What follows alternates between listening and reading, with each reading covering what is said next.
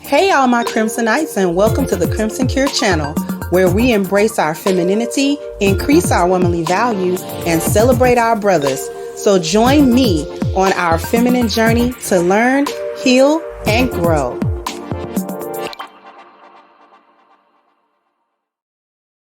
Hey there, my Crimsonites, and welcome to the Crimson Cure channel. I'm your host, femininity coach, and author of the Crimson Cure. And this is my perspective. So I got something special for you guys, not only today, but every week, every Sunday. We are going to be reviewing Dennis Spurlings' new hit show, Co-Parenting with the Spurlings. Now, I have the pleasure to be able to give you a review every week of each episode.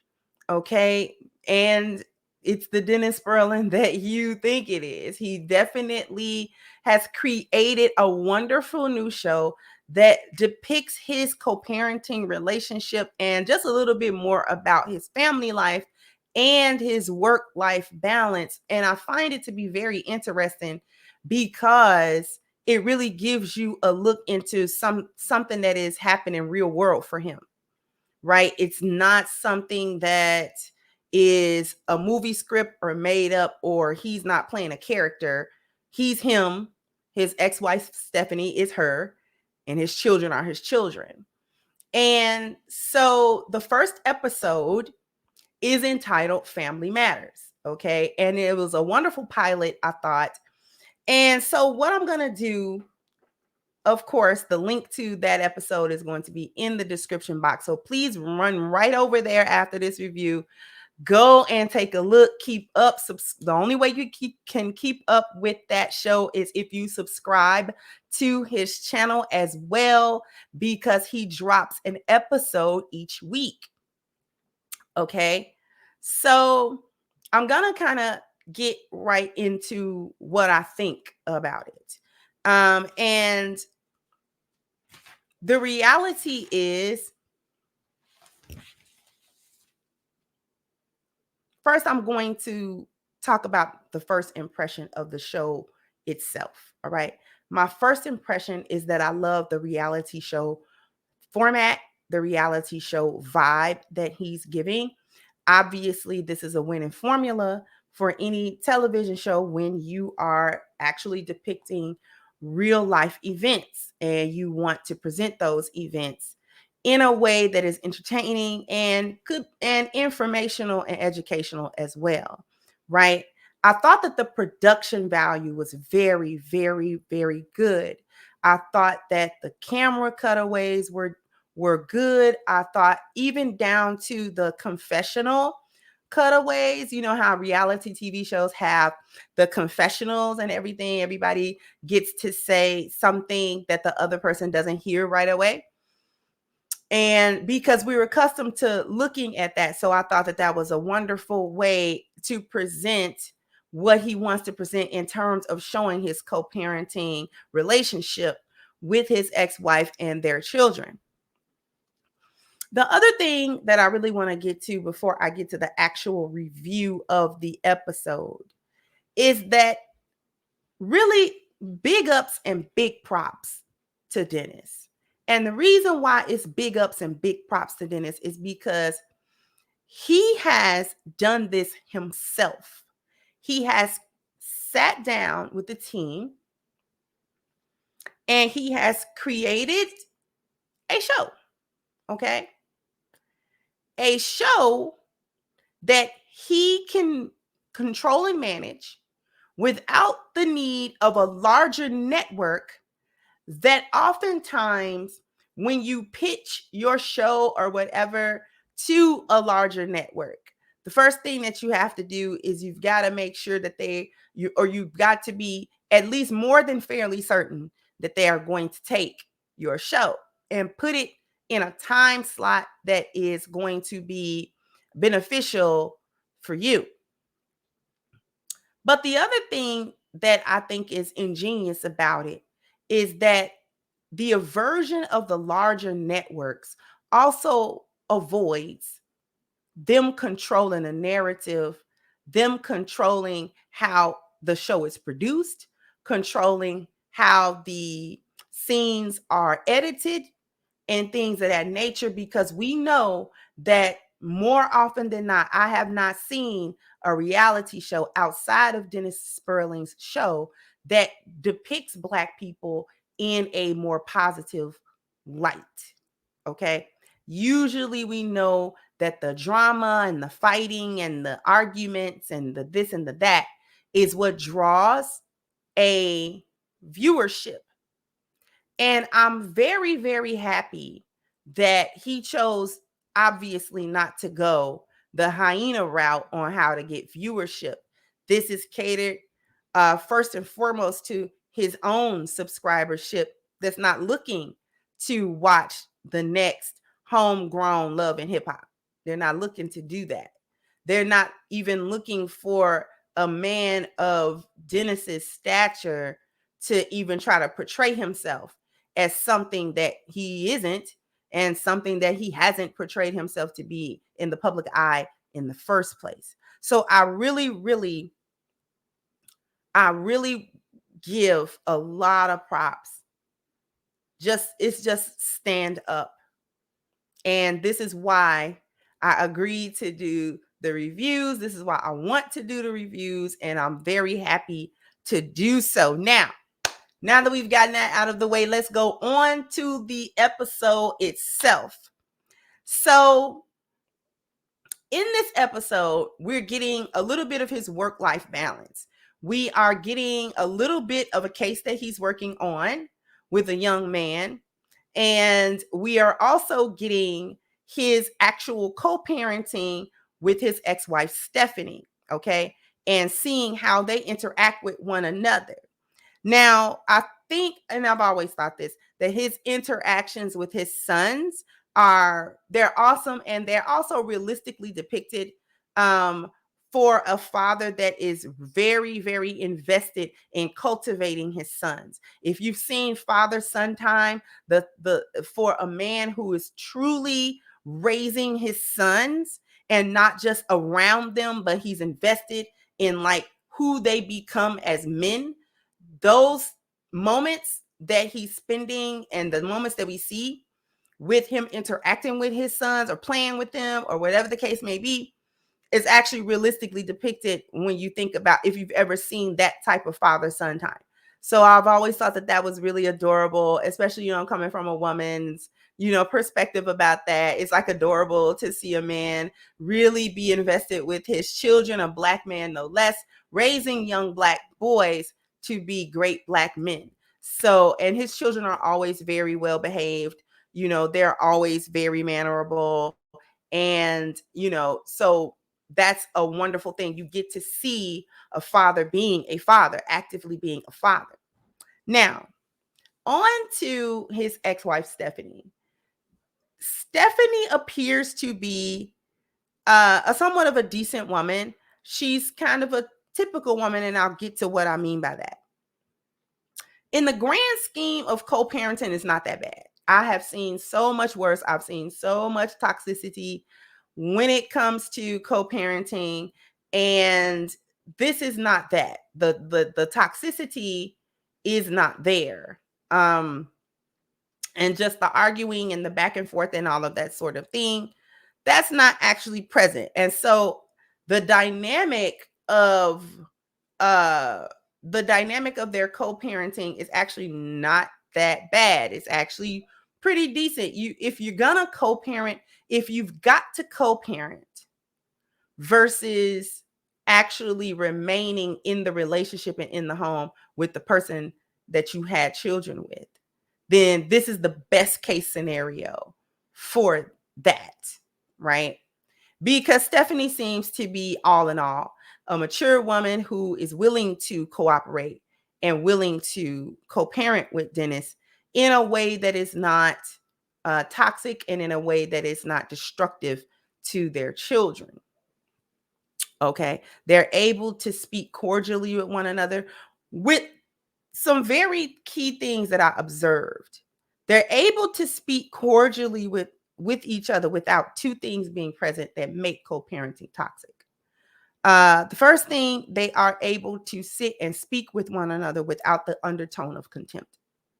Even if their divorce was not necessarily all that amicable, I don't know the details of their divorce, right? But divorces are difficult, right? And sometimes you get to resent the other person due to whatever went on in the marriage and then extending out into whatever happens in the divorce proceedings going forward. I don't sense that they have that contempt. They either got over it or they never had it. And if they got over it, then that's commendable because they did so for the sake of raising their children properly. So they're able to speak with each other without the undertone of contempt. And they're also able to speak cordially with one another without a sexual undertone. And that is extremely important. Okay. You never get the feeling that there's any chemistry there anymore. These are just two people. I mean, obviously they know each other. Obviously they were intimate with each other. Obviously they were married. But that's not the case now at all. And you can feel that. You can feel that within their interaction. And the reason that I'm bringing that up is because a lot of times, though, having the undercurrent of those two things, contempt for the other parent or this unresolved sexual confusion, that you still got chemistry, you still kind of sexually desire one another or whatever, without those two elements that actually will harm a co-parenting relationship, I love the fact that they are able to interact with each other without those things, because those things create a toxic environment. It creates an environment of not being able to move forward, right? Not being able to really do, because you can't have that. We've seen that a lot of times when there are two people who are ex-husband and wife, and when they get around each other, it's like, well, we can kind of, and that's not present here. And I love that. I love that. That is extremely commendable because some people find that difficult. People with order don't find it difficult. People that have moved on with their lives don't find it difficult.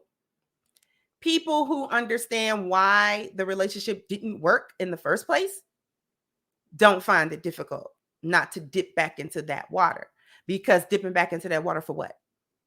We're not going to be together. And the reason why that those two things being missing is actually extremely helpful is because it becomes toxic in a case like this between Dennis and Stephanie, where the road to them being together is closed. And we're not going to come back together. We're not going to be husband and wife anymore, ever. So why would there ever be a reason for us to have an undercurrent either of contempt, or because there's nothing to argue about really anymore? We're not together. The only point of mutual bonding that we have is our children, right? And if we're not dealing with each other on an intimate level, then definitely, there's no reason to even deal with that, because we're not going to be together. We're never going to be together. And we already know what it is anyways, so it's not important. And I want to sort of move on to something else as well. Even though Stephanie seems to be a decent woman and she seems to be a good mom, Stephanie seems like she's a good, attentive mother. We also get to see why she's an ex. Now, this is my wheelhouse, so I got to cook.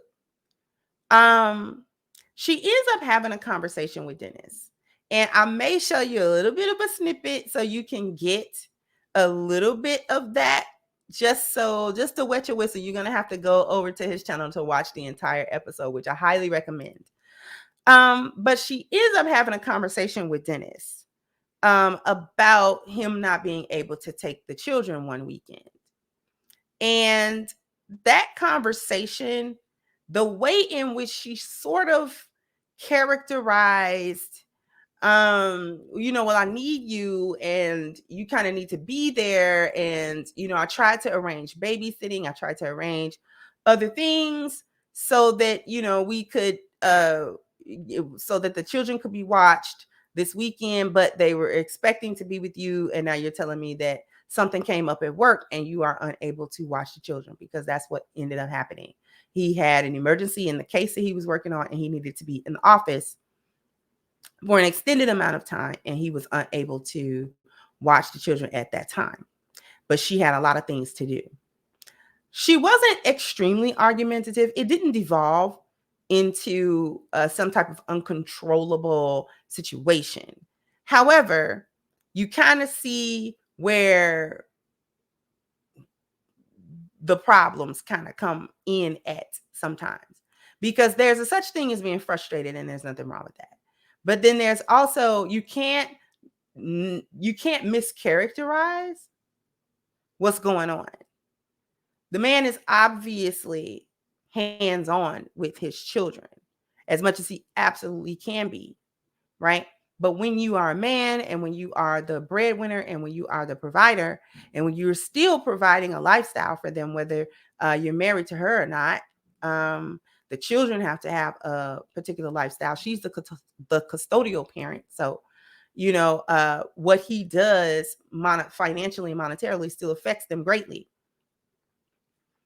So when you have that situation, a lot of times men are not going to be around all the time. And I think sometimes women have a problem dealing with that, and realizing that he's not going to be able to drop everything and come get the kids and come do things.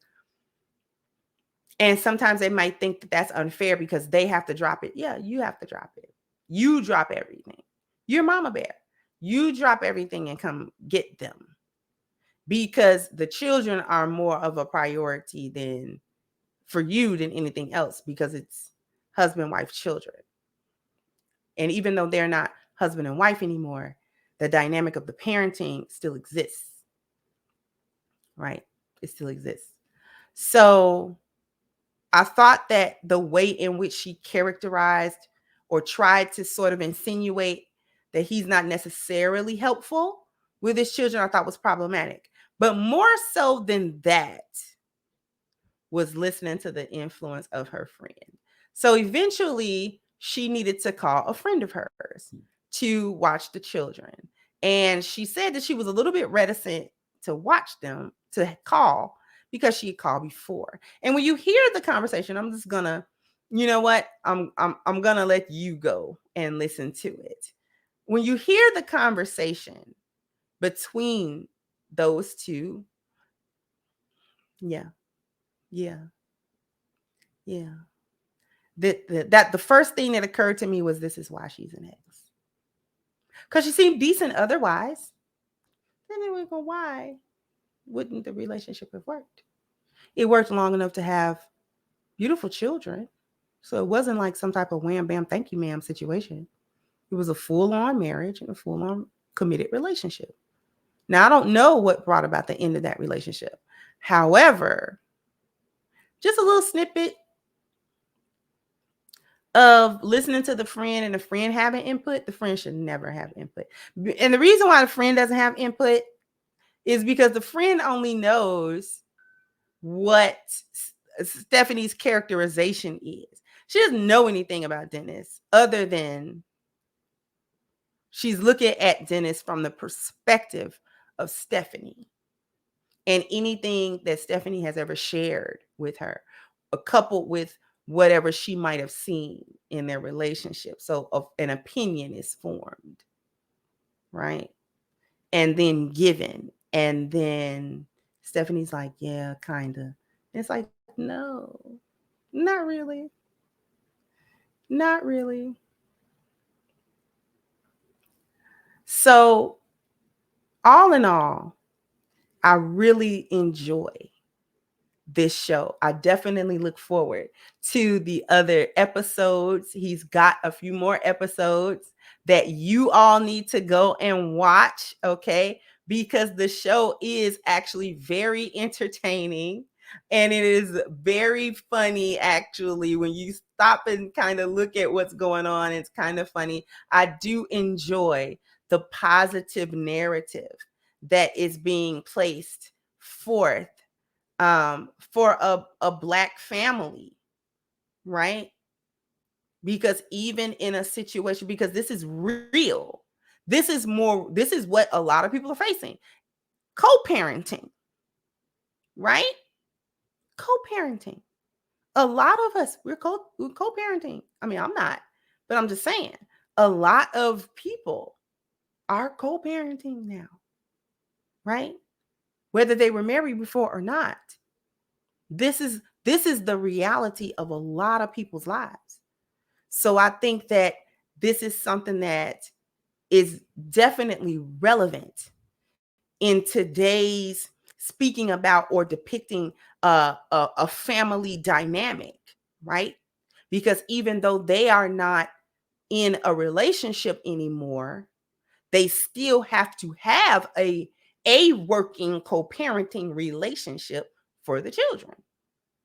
And that is the reality for so many people. So definitely click the link, okay?